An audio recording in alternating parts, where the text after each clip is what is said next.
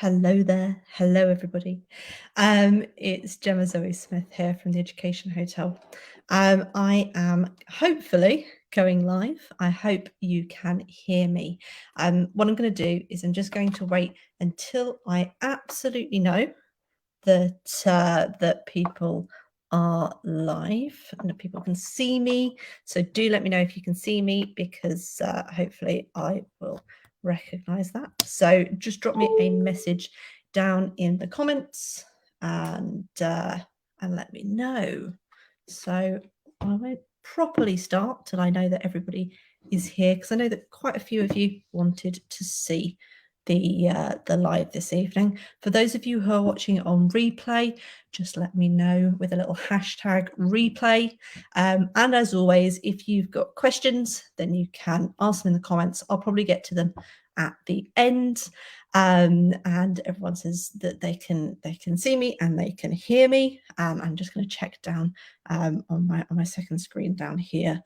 And we should be good to start. Perfect. Brilliant. We're all good. Okay. So thank you very much, first of all, for kind of coming this evening, and hopefully we're gonna discuss how to prepare for the next 5 months if you're doing the 11 plus for 2022. If your child is in year 4, I do have a little bit at the end, but this is mostly for people who are year 5 preps. So don't worry, your time will come. It will be next year. But there is a little bit in there for in case you're doing year 4 prep as well, in case you're really, really keen and you'd like to listen to me on a Tuesday evening as well. So yeah, thanks ever so much for coming. This is my first live this year. So that's a little bit more new for me. So usually I do these on 11 plus journey. And the lovely Saba lets me come in and talk to you all, which is great for me, because I get to share with you some of the things that I enjoy doing with students, and also hopefully is useful for you.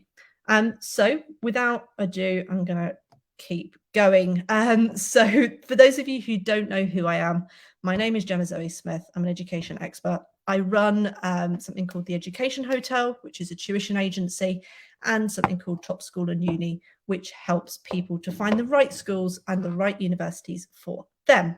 I'm a 3 times Oxford graduate myself, a qualified teacher, and a Royal Society of Chemistry scholar. And now I run a 60-person tuition agency. And I still tutor myself. I work with teens and tweens, and I particularly focus on really highly selective schools. So that's a little bit about me. I've been tutoring for, someone asked me this recently, I think probably about 10 or 11 years, and pretty much from the start, looking at 11 plus. So that is a little bit about me, but that's not particularly important. So really the important thing is the question that everyone wants to ask at this point: where should I be now? What should I be doing? What should my child be scoring is a really common one. And I want you to think about 2 things. The first is, where did you start? For some of you, you might have started all the way back in year 4, possibly even younger with this preparation. For others of you, you may have only started a few months ago. So if you're looking and you're thinking, oh, my child's not scoring this percent, or my child hasn't done this or isn't doing this, then my warning comes of comparing your child against others. It can be quite negative for your child to hear how other people are doing. So do think about kind of mental health and about what it's like to compare a child to another, but also think about where you are aiming. So what are you aiming for? Is it a super selective school? Is it a school that actually is mostly catchment driven, and then a little bit of it is put onto 11 plus? And you can definitely ask in the group. I know Saba will be more than happy for you to post in the group if you want to know, what have previous parents done about this school? And there are many parents that we've got in the group who are happy to share what they've done, tutors who are happy to offer advice like I am this evening. But where should you be now? If you were one of my students, we would have finished the syllabus by now. We'd be looking at past paper practice. We would have been doing question practice for quite a while, broken down into smaller topics. And we would be starting to look at climbing our marks is what really I focus on. So achieving consistency and achieving slight increases as we go over the next 5 months. But that does not mean that that is where you should be now, because your child is different and you might be following a different pattern. So the big thing that I think I would want to put forward is focus on your own journey. Your own journey is unique to you and your child, and it doesn't follow necessarily what other people are doing. Some people might be doing lots and lots of mock exams. And I know mock exams is something I'm going to talk about a little bit later, but you might choose to only do 1 or 2, or indeed none. And that is fine, provided that you are confident with that plan. So I think where you should be now really depends on where you're aiming and where you started. And that is kind of, I know that, for example, lots of people look at exam technique and speed. My students don't look at that until a little bit later.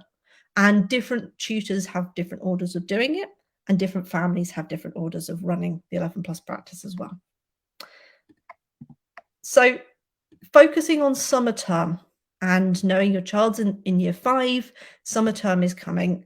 This comes with kind of the warning, which is looking after mental health. And as we start to move towards these exams, children start to get anxious. And part of that is it's the first time often that they have taken these competitive exams. It's the first time they're possibly going to be put in a room with other children and have to sit down and do these exams. On top of that, they're often going to mocks. So if they're going to mocks, they're seeing other children. It's all becoming quite real at this point.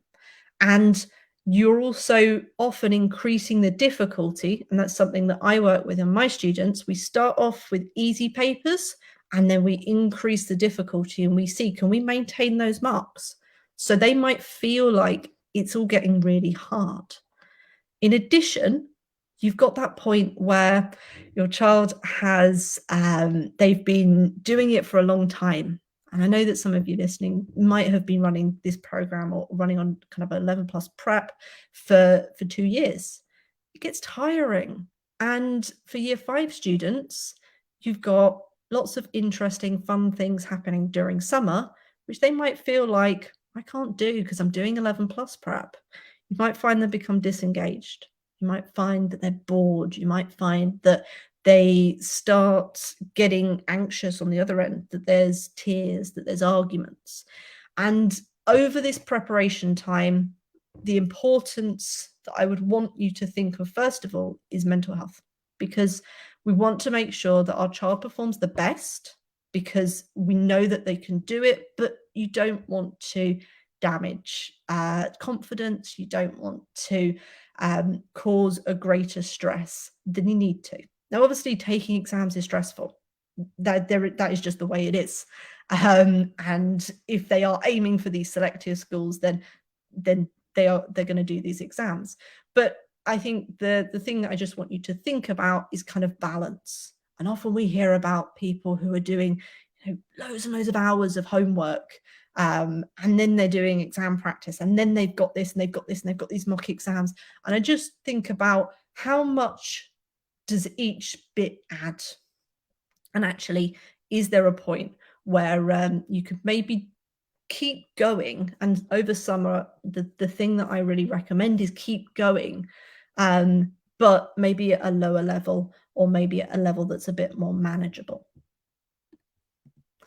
So as we go through summer term, the summer term becomes a bit of a last kind of push before we reach summer. And summer is, for my students, or at least if you're doing it at home as well, it can be that kind of time that you can spend without school, where you can start to really focus in on what we call the tiny gains. And I call them the tiny percentage gains, because at this point, your child will know the majority of the syllabus.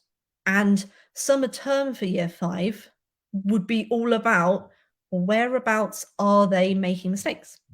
Whereabouts can I see that maybe we need to go back and we need to go over a specific topic? I mean, as adults, we don't learn everything the first time through. So we wouldn't expect our children to learn everything the first time through. So when they first of all come to do these exams, when they're doing paper practice, or even when they're doing shorter question practice, I would expect that there'd be some topics that a student would struggle a little bit more with. And it would mean that I'd want to go back and I'd want to maybe look at it from a different perspective. So often when I work with students and we're doing, say, math, and I find out, oh, actually, one of the things that they struggle with is algebra worded equations, I'll go back and reteach it, because it might mean that we spend another couple of hours going over it, but it means that they're not going to make that same mistake over and over again, which is going to be demoralizing. So for summer term, I'd be picking up all those little bits. And the way that we can tell that those little bits need picking up is practice. And that can be question practice, that can be part of papers, that can be whole papers.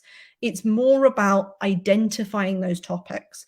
And I know lots of people come onto the group around this time and they worry about the percentages that their child is scoring in papers.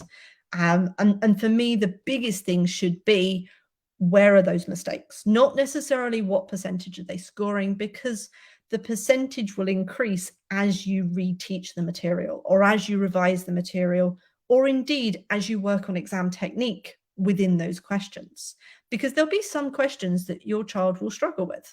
So whether it is something like highest common factor type questions, knowing when two trains leave and one of them takes 15 minutes and one of them takes 12 minutes, when are they both at the same station? That kind of question can be hard. But if you can go back over with your child and you can explain, right, here's the steps that we will use to solve this, and this is the principle behind it, then what you're doing is you're kind of fixing those holes. If you imagine it like a bucket, you've kind of built the bucket, but there will be some little bits that have some little cracks and holes that have started to appear.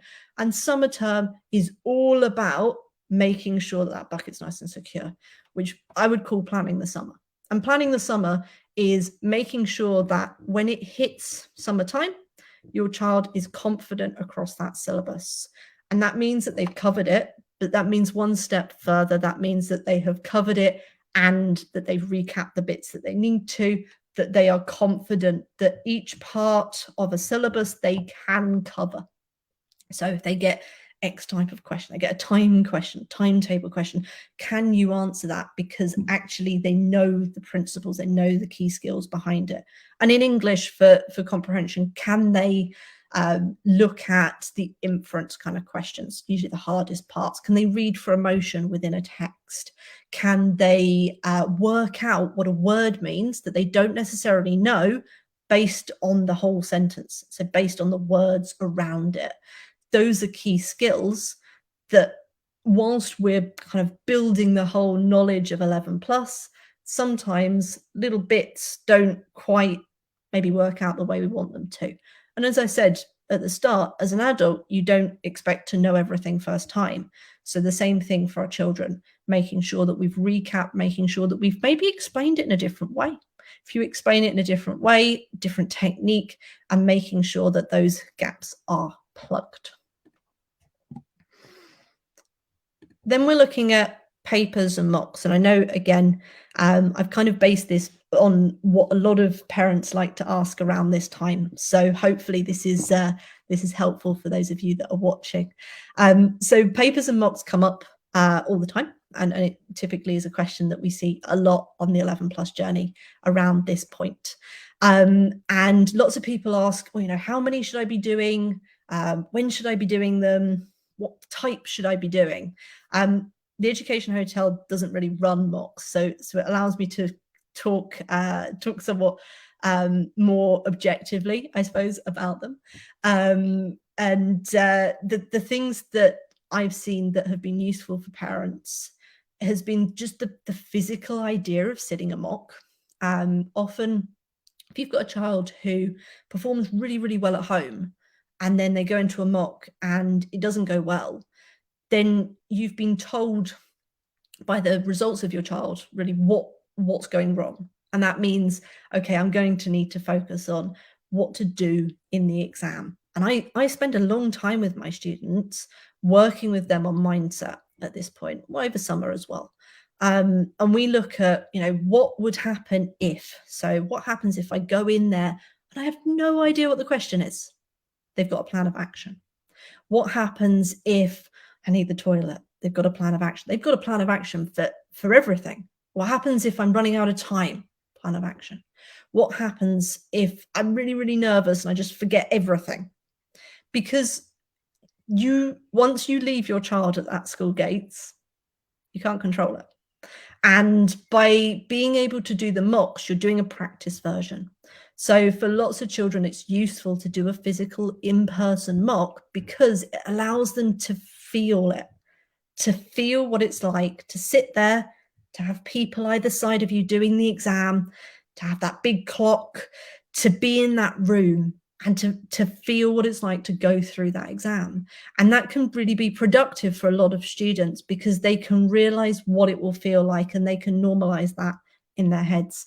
And often for students who can't do that or who are doing their physical mocks elsewhere, so they're not doing them at the school that they would be thinking of. It's somewhat rarer to do them at the school, but some parent PTAs do run mocks at the actual school. I would also be looking with those students at what's it going to be like on the day. So what's it going to be like walking up to those school gates? Can you think of a time in your mock exams where this happened? Can you think of a time where you needed a drink? Was there a point where you didn't know what you were doing? Was there a point where you had to sit down and do the creative writing and you maybe had no idea what was happening, like what to write on? We work through those kind of scenarios.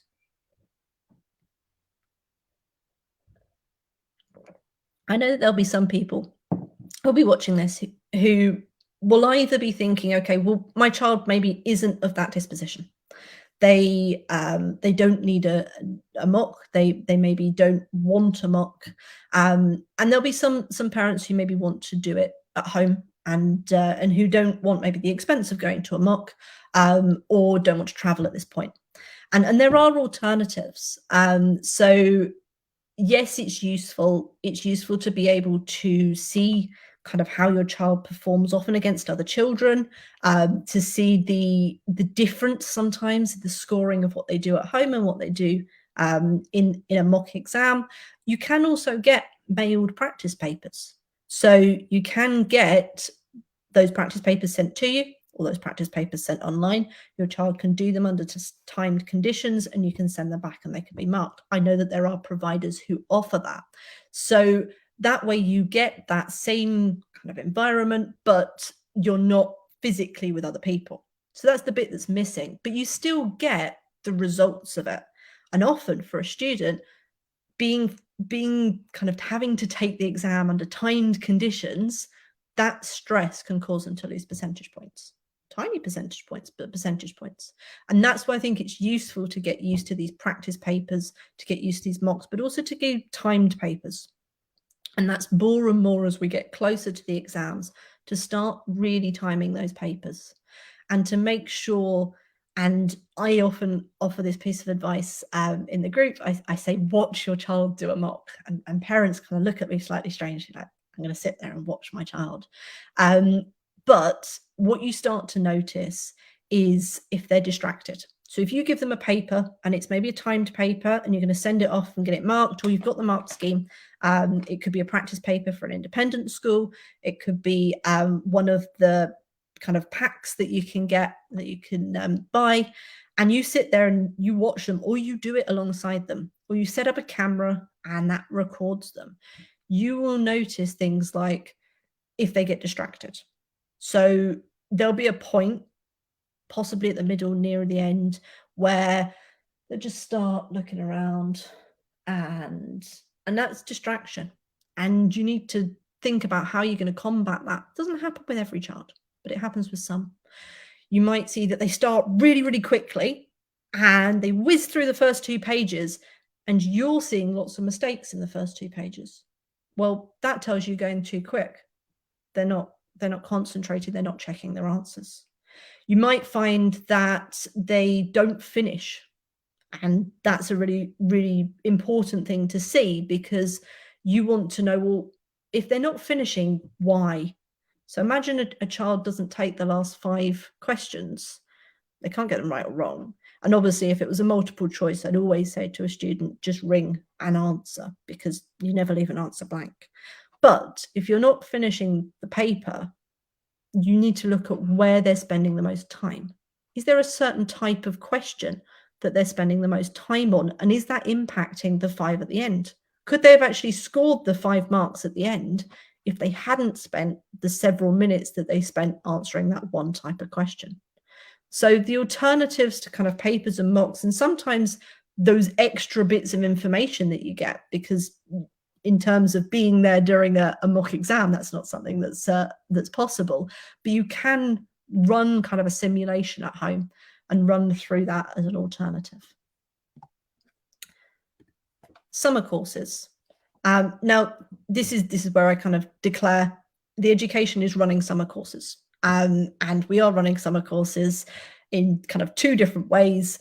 We run a 1-week online course where we focus on a particular topic, so creative writing, English, math, verbal reasoning, and non-verbal reasoning. And then we're running a 3-week intensive, which is only for year 5s. And those year 5 3-week intensives have mock exams in them. They're not physical mock exams. They are the kind of sent out and marked parts. I will be putting some links in the chat, and I will also be offering a call for anyone who's interested in those. But now that we've got that bit out the way, summer courses. Ultimately, your summer is your choice, and I would never tell you that you have to do something. But what I will say, and I will tell the story of what happened when I took 11+ exams. Back in the day, and I went to Chelmsford County High School for Girls. And when I did my 11+ exams, I had a tutor. I actually did group tuition, and we did a group program over summer. And the thing that our tutor always said was kind of, don't leave a massive gap in summer, like a massive gap. And there was a boy in my group who he went away during summer for quite a long time. And I remember this quite clearly, because he was the boy to beat. And I was quite competitive as a kid. I think I probably still am. And him and I was always trying to beat him. And it wasn't, sometimes I would, sometimes I wouldn't. But he really was the boy to beat. And then he went away for, I think, probably like 4 or 5 weeks, I can't remember. But he went away for quite a significant amount of time, or at least in my brain, it was quite a significant amount of time. And during that time, the tutor that we were with ran a summer course, and it was a fairly intensive summer course. And we worked on technique and we worked on timing, really important timing. So a lot of the stuff that we worked on was speeding up for some of the non-verbal reasoning, looking at ways that we can very quickly check our work. And those are the types of things that I put into our summer courses nowadays, because I remember as a student how important they were for me, because I suddenly kind of got it, and I got to the point where I could do it, and I could do it quickly, and I could check, and a lot of that was due to speed techniques, but also knowing what to do when there was an unknown question. So when there's an unknown question to come up, having a method. Anyway, this student came back however many weeks later, and it was about 2 weeks before the exam. And my tutor set us a paper, and he did significantly worse. And the reason for it, and I've come to understand why it sounded like our tutor was being really mean, saying don't take a massive holiday. But he hadn't done any practice whatsoever. And partly during summer, my recommendation to parents is always to do a little bit and to keep it ticking over. And that might mean that if you choose to take a holiday, that you do half an hour of work during that holiday. And that means that the skills are being practiced. It's kind of muscle memory at this point. It might mean that instead of going away for 4 weeks, you shorten that. But as I said, I'd never, we're at the point where we can travel now. And if that's something that you want to do, then work with it. But my advice always to parents at this point is don't leave a massive gap in summer, which is ironic because that's exactly what my tutor's advice to me was, or my parents. So summer courses can be useful. They can also be useful, and often I talk to parents who are interested in our summer courses, and they say, well, I could do this at home. I go, yeah, you can. But they're also useful in being able to boost. You're not the parent at that point. You're not, by the time that you're teaching over summer, it can often become quite strained. You know that there's only X amount of weeks, and it can be quite hard to not pass that on to your child. So sometimes summer courses can be a little bit easier for parents as well, can help you to take a bit of a backseat and to really invest in becoming your child's cheerleader, and help them to navigate that last part of the journey. So summer courses can be useful. There are lots of them. Obviously, as I said, the Education Hotel runs some, but there are many other tutors that do. Some run in person, some run online, ours are online, and some of them run for different amounts of time, and that is great. And it's ultimately about finding what suits you. Likewise, you can do no summer courses. That's also fine. But it is about making sure that you've considered the option and that you know what you're doing over summer, and that if you are going to go away, that you are aware that, okay, we're going to maybe take a week off, but we're going to do that not just before the exam. We're going to make sure that we've got some time once we get back to really make sure that we keep working at it. Or we're going to go away, but we're going to take some workbooks with us, and we're going to do a little bit every day. So do consider what your summer plans would be, and really look forward and think about it kind of maybe a little bit earlier than you might do on a normal school year, mostly because knowing kind of forearmed is forewarned, right? So being able to know what your plan is also helps your child. At this point, as I said, nerves run high, and children pick up on our emotions quite well. And knowing that their summer is sorted and they're doing something, and they've got this course, they've got this, and it makes them feel more secure.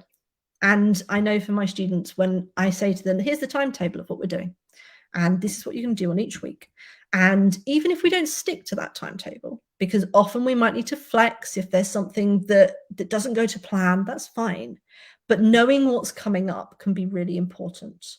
So knowing kind of the flow of summer and the flow of how it's going to work can sometimes reduce that anxiety. So there isn't this great big spans of time and then, oh my God, I've got my 11 plus exam. Instead, there is this very routine kind of, this is what we're doing this, and then we're going to do this, and then we're going to do this. So do consider your summer holidays maybe a little bit sooner than an usual year. This is a common question that we get. My child's marks are decreasing. What can you do? Well, the first thing is to say that it's normal. There are going to be points where your child does this, and there's going to be points when they do that. And if anybody just went straight up, it would be very unusual. And really the important things to look at are where those marks are being lost. So I've alluded to some of them previously. Is it because they're rushing, and therefore you'll see a lot of silly mistakes in the first couple of pages? Is it that they're speeding up at the end, in which case you'll just see some random guesses at the end? Is it that they're getting distracted in the middle, which typically means they're getting some kind of good marks at the start, good marks at the end, but there's some pepper potted mistakes in the middle. It might not be about the kind of exam taking, it might be about a specific topic. And again, you might not see that in only one paper because different papers are weighted with different topics. So you might not notice it as much. Your child might score an 80% on one paper and then suddenly score 60% in the next. And that's just because that paper is testing more of the topic that they don't know so well. So with that, what I do is I keep spreadsheets where I do this for my GCSE students as well. I clip every question that they get wrong. And I put them all on a Google Doc or on a Google spreadsheet, and I look through them and I see where is that pattern. So I've just been working intensively with one of my students, and what we have done is we have taken every single one of his math GCSE questions and we've put them on a Google Doc. And I can see just from scrolling through anything that he didn't quite get, I can see that immediately he needs to work on sequences. So you might not see that pattern just from one exam or from one practice, but if you start putting them together, you can start to see the topics areas. So that's the second place. So you're looking at how do they tackle the paper, and then you're also looking at kind of what topics are not great. The other one, as I said, is sometimes if you do a physical mock, you'll find that the marks will drop. And that is often because there is something that happened in that physical mock that you've not discussed, you've not maybe prepared for. So is it that at home they are allowed to have whatever pencil they want?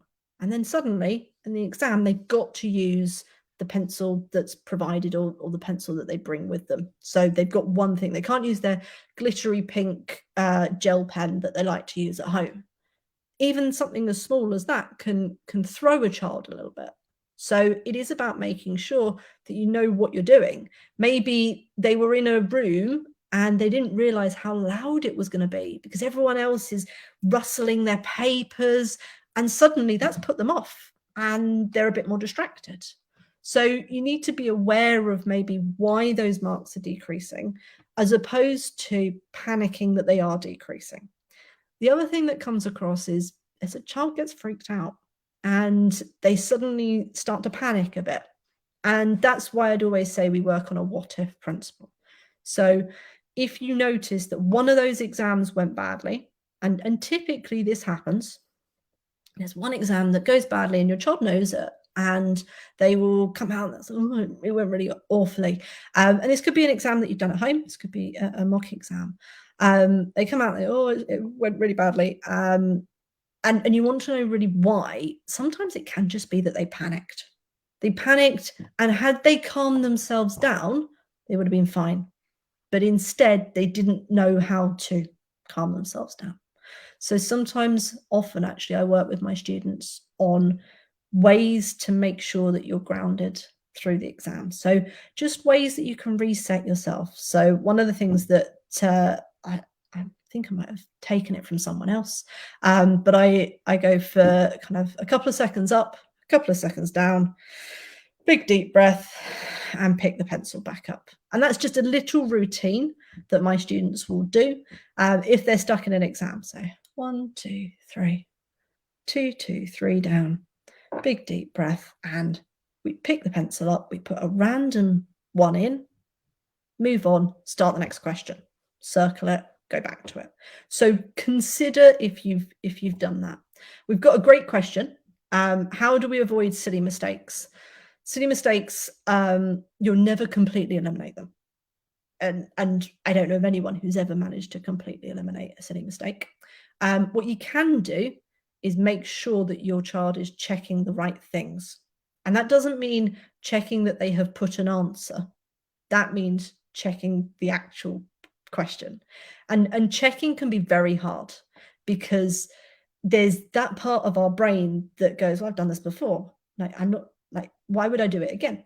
I've already done that task. And often when we're doing an exam, it can be it can sometimes be a choice of doing that question that you spent 3 minutes on and you didn't think you got the right answer, or checking the whole first page. And that's why knowing where those mistakes are, where those silly mistakes happened, can often help. So if you know, if you've taken your child's papers and you've looked through them or practices, and you know that actually they tend to make 2 or 3 or 4 silly arithmetic numerical errors right at the start, of that paper, because they've rushed it, and that's where their silly mistakes are. Then at the end of the paper, tell them to go back and do those first 2 pages again, or undo the answer. Undoing the answer is something I like to work with my students on. It's where we, instead of, for example, if you had to do 42 plus 31, then you would take your answer and minus the 31 and check you get your original. It means you do it slightly differently, and it means you're not just doing the same sum and your brain's not going to sleep. Make sure that they're sense checking the answer. If you do 31 plus 42, you wouldn't expect to get 200 and something. That's definitely gone wrong somewhere. So sense check and make sure that they're going back to where they would normally make those silly mistakes. If they're right at the start, that's where they're going to put their additional time once they've finished. And part of that is having additional time once you've finished. And that means really mastering going through the paper. And that kind of avoiding any distraction, avoiding any points where maybe they don't know how to do it. It doesn't necessarily mean speeding up. Some students like to use kind of a math trick. For me, I won't introduce a kind of math tip or trick until a little bit later. Usually in our summer courses, we do it. And that is because mastering the kind of the actual technique is more useful for a lot of my students, because it can be great to have a multiplication tip or trick to check, but for many of our students, that is additional things to remember. It is also a place where they can make a silly mistake. They're rushing it. They're trying to do it using this new trick, and it maybe brings in mistakes. So often accuracy and speed is the 2 things that we're aiming for. It sounds like if there's silly mistakes, there might be some accuracy that needs to be looked at. This one, how to maintain motivation. And it's something that we get a lot. And it's, as I said, I've worked as a tutor for over 10 years and taught 11 plus for almost all of that. Motivation will decrease over summer because, let's face it, for your child, there will be prep work. And for some children, maybe in the same school, maybe their cousins, maybe their siblings, there won't be. And it can be really hard to try and do your work when outside there are people playing football, or there are some, that people coming around and asking if you want to play, or everyone's going out, but you can't. So maintaining motivation can be really important. And kind of going back to the idea of papers and worksheets, all of that can be quite heavy. So often over summer, some of the stuff that I do with my students is we start to do a little bit more them teaching me, for example. And they quite like that because it means that they're in control, but also it's a great way for me to check that they know something. So if I've seen in practice papers or in worksheets that they're maybe not 100% confident on a topic, I will say to them, right, you're the teacher, you're going to teach me. Or we'll play a game related to it. Or we will, instead of doing a full creative writing, we'll do some little sentences. So I've got a game that I do with my students where I've got a bag full of stuff and I pick something out and we've got 5 minutes to write about it. And in that bag, there could be anything. So sometimes I'll pick out a calculator. I'm going to write a whole 5 minutes about a calculator. But they can be a little bit more imaginative. We can start to look at the use of vocab, the use of techniques in there. And it is similar to a creative writing, but it's on much shorter level. So consider about how to maintain that motivation, and also consider kind of where's best to put the work. Is it necessity to do more hours, Or is it actually that doing shorter hours but more targeted work is the best way forwards? So do consider, is it worth spending all of this time when actually a couple of hours is all you really need? So maintaining motivation. I know that there are plenty of tutors out here who will also offer some advice on that. But other things that I do, I plot my students' grades once they are high enough. Once it is, once they are kind of past that initial kind of bumpy road often, and if they're increasing, I'll tell them. I'll say, oh, look, last one, you got this. I won't always share it with them, but if they've improved a lot, I will. Sometimes I'll show them something we worked on 2 years ago. Say, look at that. Look at how different your writing is. Look at how different your creative writing is. Look at how much better your grammar is right now. So always kind of encouraging them to do their best, and telling them and really being there as a cheerleader. And if you're speaking to other parents of 11 plus in their vicinity, build your child up. So I would never in front of them, in front of any other child, put your child down. Your child is trying the hardest that they can, and that deserves to be celebrated. So do make sure that that positive message is coming through, and also that you're scheduling in breaks and that you're scheduling in fun stuff to do as well. Small percentage gains. Ultimately, once you hit summer term, those are what you're going to be looking for.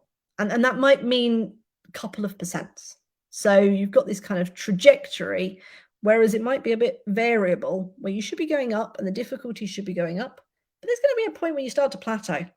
And often that's where a student will stick. But you want to be looking at those small percentage gains. And again, that is something that I think quite a lot about when it comes to summer. And I know that we include in our summer courses is those extra little tiny percentages. So, being able to know what questions to check, knowing where your strengths and your weaknesses are, those can be a little percentage gain, because you can go, I'm going to check this part right here of nonverbal reasoning, because this is the bit that I typically lose a mark on, or a couple of marks on. Making sure that the speed is right, that can be another couple of percentage. Making sure that you are absolutely, you've read through that comprehension and understood it, and you're not just jumping straight in, and you're not just going and answering the first thing that you say. That can be an extra couple of percent. So really, as you move through this term and you move to summer, start thinking small percent, because that's what we want to do. Now, there might be some of you watching this going, Gemma, you're talking about all of this and I haven't actually I haven't finished the syllabus. If you started preparation late, you'll be on a slightly different timetable, and that's fine. Okay, you started later, so make sure that the syllabus is covered. Make sure that you know kind of where your child is at. You might want to run some practices at the same time, but I would always say make sure the majority of the syllabus is covered. But if you're worried, then one of the easiest ways, and I often take students who are very late preparation, and one of the things that I found useful for them is I take the first page off of a practice paper. Usually I tell them that I photocopied it from somewhere, and I give them it, and I will say to them, we're going to do it in an hour, and I give it to them, and they don't necessarily know it's a paper. And often that gives me a really good idea of what they know and what they don't know. So if your child's getting worried because maybe you started a little bit late and you're thinking, oh, how do I get them to do a bit of practice, or how do I know where they are? Take the first page off of a paper. I don't mean the first questions. I mean literally the cover page, and give them that, and say to them, oh, let's see how much we can do it alongside them. How much can we do in an hour? And you'll see where they're happy and where they're not so happy. So is it that they can actually get through 80% of a paper? And actually there's a couple of topics in there that maybe you weren't sure that they knew, but they do know. That can always be a useful tip to make sure that you can kind of run into practice a little bit more. All right. Now, if you are a year 4 parent and you've sat through all of my waffling for the last 45 minutes, I will finish soon, I promise, you're going to be looking at planning ahead. And the reason I popped this in was just I get a lot of year 4 parents asking me about this time of year. Do you run something for year 4? My child's in year 4 and we want to do something over summer. Do your summer courses work for year 4? The answer is yes. Please do reach out. But if you are a year 4 parent and you are wanting to keep stuff going over summer, then keep stuff going over summer. But make sure that you have planned ahead. So make sure you know with your child where you plan to be at each kind of point. So when they go back in year 5, are they going to be ahead of where everyone else is? Are they going to be looking at papers? That would be very early in my book, but some people do it. Some people will start papers when their child starts year 5. That is something that occasionally does happen. For me, I like to start practice papers a little bit later. Typically, my students will work on them from anything from January to around now is the starting point for full practice papers. Typically, when we go into year 5, most of my students will have done probably around 3/4 of the syllabus. So we'll only be doing maybe that last quarter, sometimes even less, sometimes like a fifth, sorry. And we'll be looking over those last possible parts. So if you are thinking about summer for year 4, it can be a great time to deep dive into that topic that they don't know so much about. So maybe you've put off nonverbal reasoning and that's something you're going to do over summer. Maybe creative writing. So creative writing can be a great thing to work on over summer. You've got that more intensive time. So being able to go out and write stories and tell stories, or if you're looking at nonverbal reasoning, we've got all the different types of nonverbal reasoning questions. It can now be the type to look at each version of that. So definitely you can keep stuff going over the summer term and into the summer holidays as well. Again, just a recap of make sure that you maintain that balance, especially if you're year 4, you are going to need to be still doing another year. So just make sure that that balance is nice and key, and that you're not doing quite such an intensive preparation over summer. I think that's pretty much it for me, and I'm aware that I've gone on quite a long time. For anyone who is looking for summer courses, I am running a call. I'd be happy to talk to you a little bit more about it. Hopefully, I have answered some of your questions over what to do over the next couple of months. As always, thanks ever so much to Saba, who graciously allows me to do these lives and puts me on every couple of weeks, and that's really great for me and hopefully great for parents. Also, if you've got more questions, please do ask. I will scroll through the comments section in a little bit, and if you're watching on replay, feel free to ask questions as well. I will always come back and scroll through those comments. In terms of if you've got individual questions that you want advice on, do post on the 11+ journey. That is what we're here for. We're here to help. We're here to try and offer as much advice as we can do. And that should be it from me, really. I hope you've all enjoyed it. I hope you've all found it useful. And that's all. Thanks ever so much, guys. Bye-bye.